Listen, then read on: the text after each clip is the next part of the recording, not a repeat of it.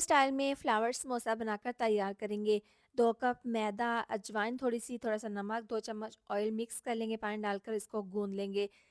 इसको 30 मिनट का रेस्ट दे देंगे। आलू को मैश करके हरा धनिया, आधी चम्मच नमक, आधी चम्मच कुटी हुई लाल मिर्च, पिसी हुई काली मिर्च, ज़ीरा पाउडर और कॉर्नफ्लोर 2 चम्मच डालकर इसको अच्छे से मिक्स कर लेंगे। अब इसके छोटे-छोटे से बॉल तैयार कर लेंगे इस तरीके से। जो हमने आटा गूँथ कर रखा था उसकी बड़ी-सी रोटी बेल लेंगे और चौरस शेप में इस तरीके से कटर की मदद से पीसेस काट लेंगे।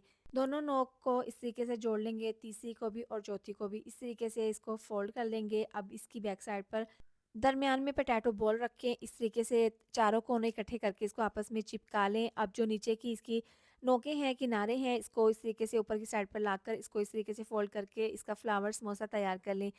ऑयल को गरम कर लें, बिल्कुल स्लो आँच पर इस तरीके से फ्राई कर लें। गोल्डन कलर आने के बाद निकाल लें। बहुत ही मज़ेदार क्रिस्पी फ्लावर समोसा तैयार है।